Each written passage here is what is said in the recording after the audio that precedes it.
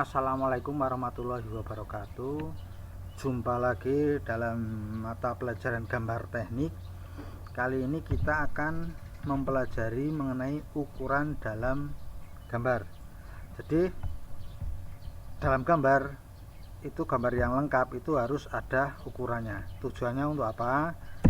Nah, pemberian ukuran itu tujuannya agar ukuran benda kerja yang diproduksi sesuai dengan ukuran benda kerja yang akan direncanakan.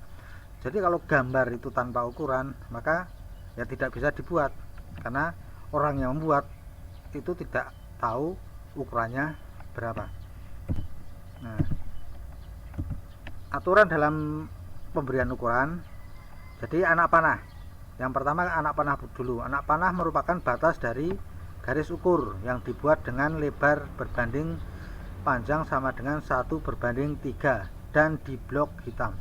Jadi W ini lebar berbanding panjangnya adalah 1/3. Jadi kalau ini 3 mili berarti lebarnya 1 mili, kalau panjangnya 3 mili panjang, dan harus di blok hitam. Ini untuk pembuatan anak panah.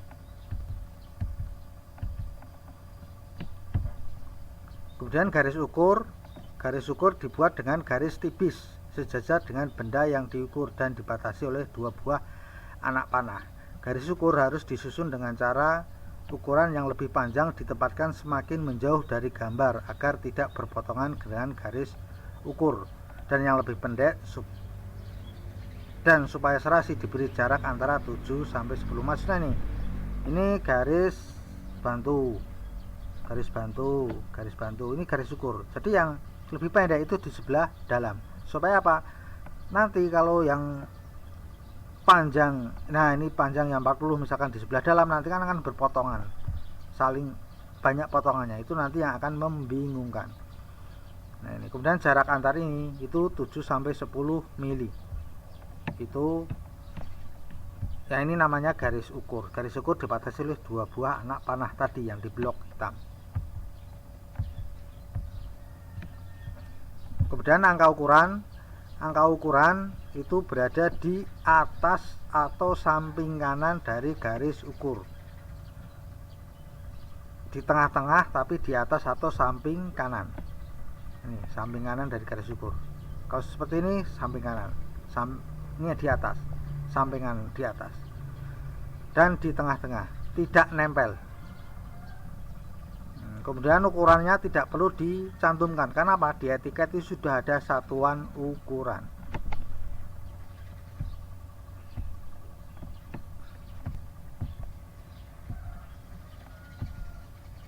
Nah ini untuk simbol ukuran. Ini diameter seperti ini. Jadi kalau lingkaran tidak diberi, kalau pas lingkaran tidak diberi simbol, tapi kalau dilihat dari pandangan, ini kan dilihat dari pandangan depan misalkan, ini dari samping. Nah seperti ini, ada garis sumbunya, ada tanda lingkarannya, berarti ini bentuknya adalah silinder. Nah kalau yang ini tanpa tanda diameter. Nah ini kalau segi 4 itu simbolnya ada segi 4, 15, berarti masing-masing sisinya adalah 15. Kemudian ini R itu untuk radius. Ini R10 berarti radiusnya 10, ditarik dari titik ini, jari-jari jangkanya adalah 10. Ini sama radius square atau bola. Nah ini S diameter 20, berarti ini bola diameternya adalah 20, bukan jari-jarinya tapi diameter, karena ada tanda diameter. S diameter. Kalau SR berarti nanti jari-jarinya yang disantumkan.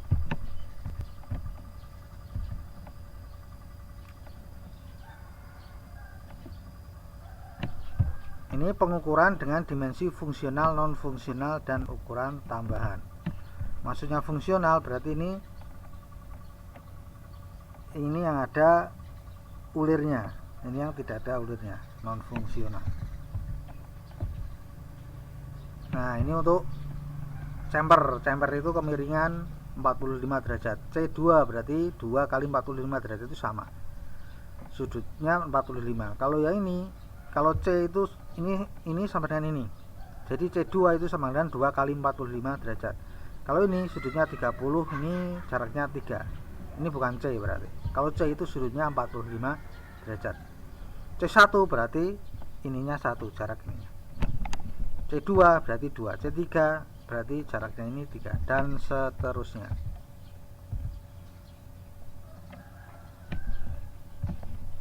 Nah, pada benda yang dikerjakan secara khusus, nah ini digerinda, ini dikeraskan kulitnya. Nah, ini juga dicantumkan. Nah, pada bagian yang simetris seperti ini, nah ini cuma 1 boleh, cuma dicantumkan 1, ini berarti sama. Ini juga cuma 1, yang sebelah sini 3. Nah, dengan referensi ini X berapa, Z berapa diameternya ini. Jadi di sini tidak penuh dengan garis ukuran, cuma dengan penunjukan ini. Oh, X berarti diameter 11, yang Y atau lingkaran yang kecil diameternya 6. Nah, ini tali busur, bisa kamu lihat. Ini di pelajaran SMP sudah. Nah, bentuk miring atau radius. Jadi ini misalkan atau ini ekor burung, bentuknya seperti ekor burung. Nanti di pelajaran kelas 2 atau kelas 3 kalian akan menemukan yang namanya bentuk-bentuk ekor burung atau tailstock. Nah, ini panjangnya 30, ini panjangnya 10. 10 apa? 10 mm. Jadi ingat, satuan tidak perlu dicantumkan. Nah, pada garis yang pendek seperti ini, jadi kalau ini tidak cukup, ini kalau cukup bisa di tengah, kalau tidak cukup bisa di sini. Ini karena tidak cukup berarti boleh di sampingnya seperti ini atau seperti ini. Nah, ini di A, berarti A kan kecil. Nah, ini terus digambar lagi dengan perbandingan 5:1, artinya ini dibesarkan 5 kali, skalanya 5:1. Ini pemberian garis. Nah, ini berarti diameternya 40, ini diameter 40, sama. Ini penunjukannya seperti ini. Nah, ini kalau sempit bisa dengan bantuan seperti ini.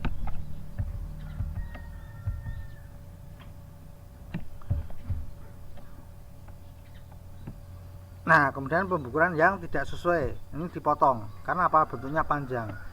Ini tidak ada 30, tapi di sini dicantumkan 30. Nah, ini diperpendek gambarnya. Cuma gambarnya saja, bendanya tidak.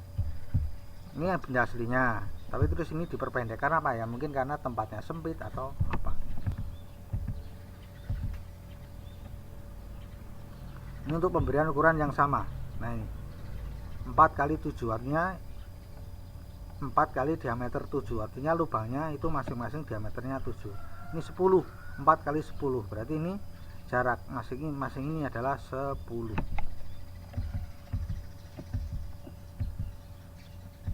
Nah, ini simbol ulir luar, ulir atau drat. Ulir luar itu seperti ini simbolnya. Nah, jadi yang garis putus-putus 3/4 itu di bagian dalam.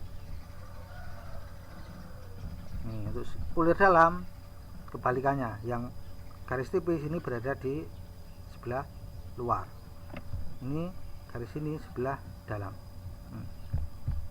Ini AA, potongan AA.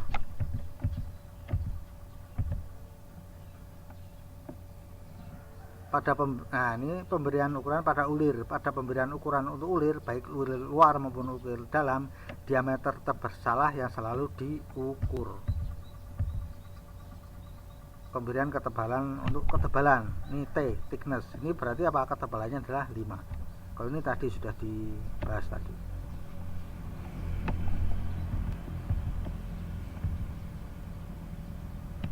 Nah, ini bagian dalam, bagian luar. Jadi ini yang paling apa?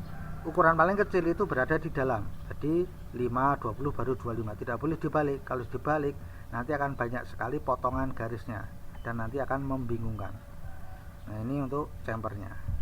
Ini gambar potongan ini. Nanti dibahas pada materi selanjutnya. Ini ketirusan. Nah, ini Ini untuk ketirusan. Tirus itu artinya diameter suatu silinder atau as poros yang diameter ujung-ujungnya tidak sama. Ini 15, ini 17. Ini terusnya 1:20 keterusannya. Ini 1:100. Dan macam-macam ukuran. Yang pertama ukuran berantai. Kenapa disebut berantai? Karena ini saling sambung menyambung. Nah, yang kedua paralel. Paralel ini satu-satu. Nah, yang ketiga kombinasi, ada yang berantai, ada yang paralel, dan ini yang sering digunakan.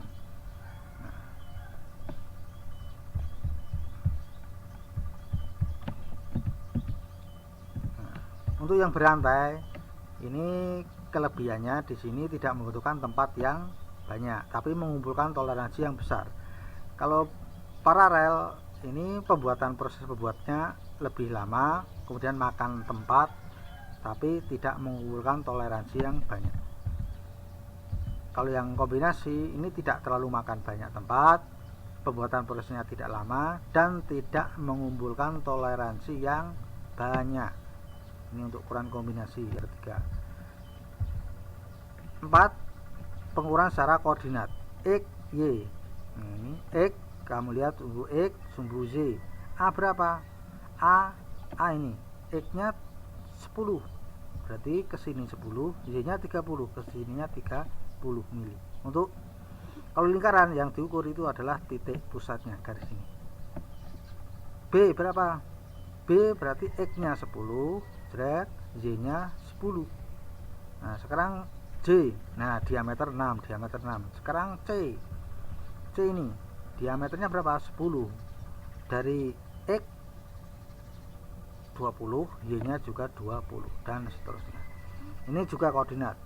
Kalau ini langsung ditulis, kalau ini pakai tabel, itu sama saja. Boleh seperti ini. Supaya apa? Di sini itu tidak terlalu banyak angka ukuran.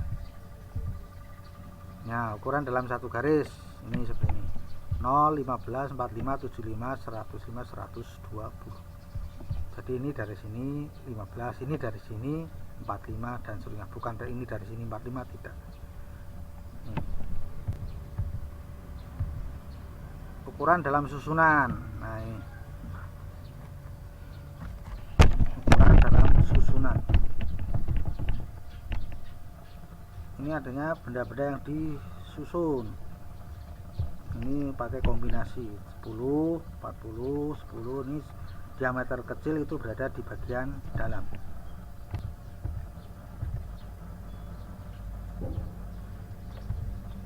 Nah, untuk memudahkan pemberian ukuran pada gambar kerja, langkah-langkah berikut dipakai sebagai panduan.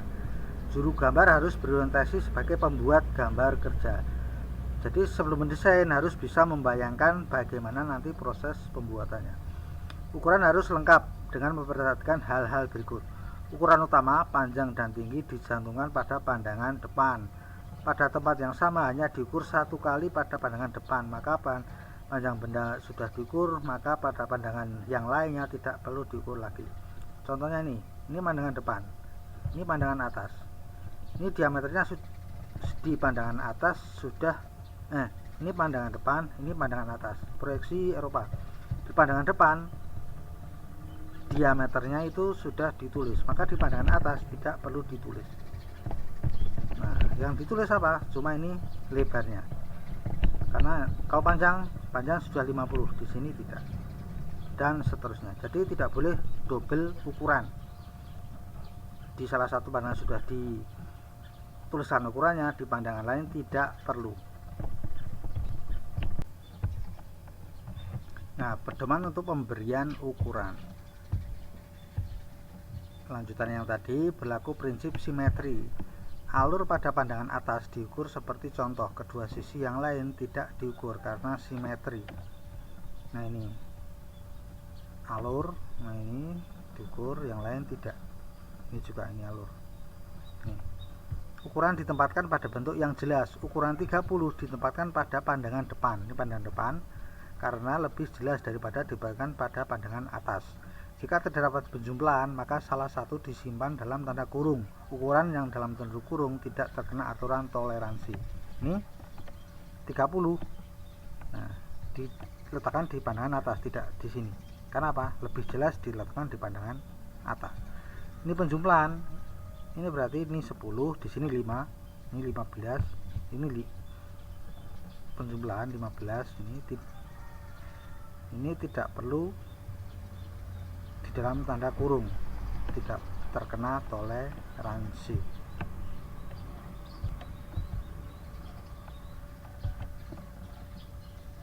Nah, ini pemberian ukuran harus mengacu pada proses pembentukan. Artinya apa?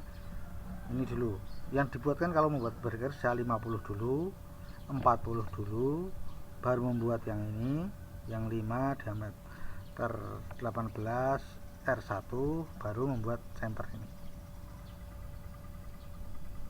Ini mengacu pada proses pembuatan. Jadi orang mekanik membacanya kan mudah.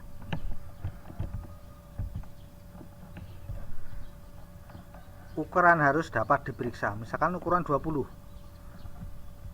tidak mungkin diperiksa, tidak ada alat ukurnya. Sedang ukuran 15 dapat diperiksa kebenaran ini.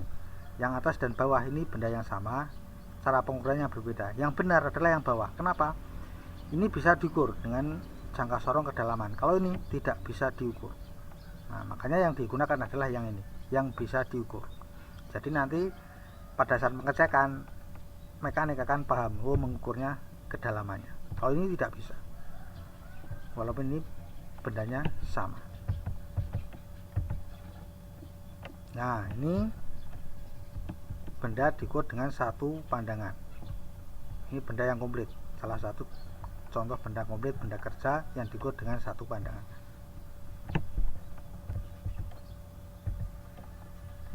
Ukuran pada dua pandangan. Ini pandangan depan, samping kanan misalkan, atau ini depan, ini samping kiri, depan samping kiri, berarti proyeksi Amerika. 3 pandangan, depan, atas, samping kiri, samping kiri berarti proyeksi Eropa. Ini yang paling banyak di pandangan depan. Kalau di sini tidak bisa dicantumkan, baru di pandangan-pandangan yang lain. Tidak ada double pemberian pandangan. Ini prinsipnya. Tidak ada satuan ukuran.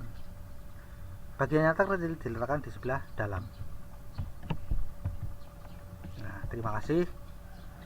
Itu saja pelajaran hari ini, dan selalu ingat pesan Ibu, memakai masker, mencuci tangan dengan sabun atau hand sanitizer, kemudian menjaga jarak. Terima kasih. Wassalamualaikum warahmatullahi wabarakatuh.